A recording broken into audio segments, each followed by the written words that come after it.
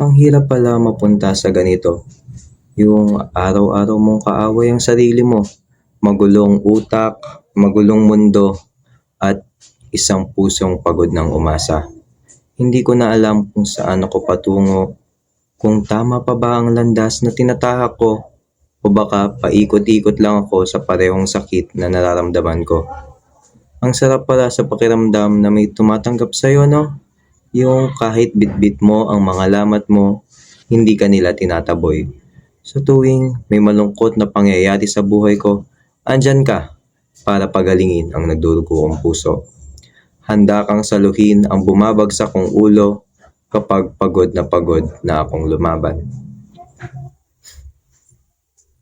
Pero bakit parang habang tumatagal, napansin kong may unti-unting nagbabago? Habang inaayos mo ako, unti-unti naman akong nawawala sa iyo. Habang sinasabi mong, andyan ka lang, nararamdaman kong palayo ka na. Ayon nga sa kasabihan, distance makes the heart grow fonder. Pero paano kung distance ang dahilan kung bakit unti-unti tayong nagiging estranghero?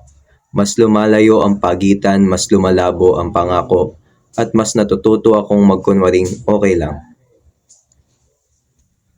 May mga gabing gusto kitang hanapin, pero pinipili kong manahimik na lamang.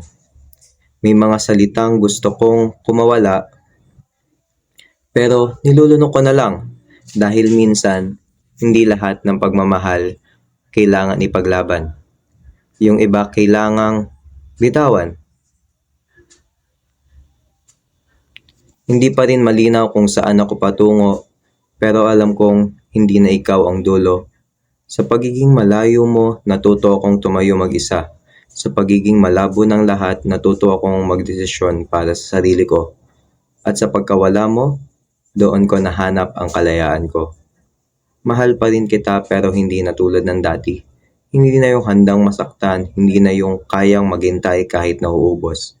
Ngayon, mahal kita sa paraang tahimik, sa paraang marunong nang magpaalam.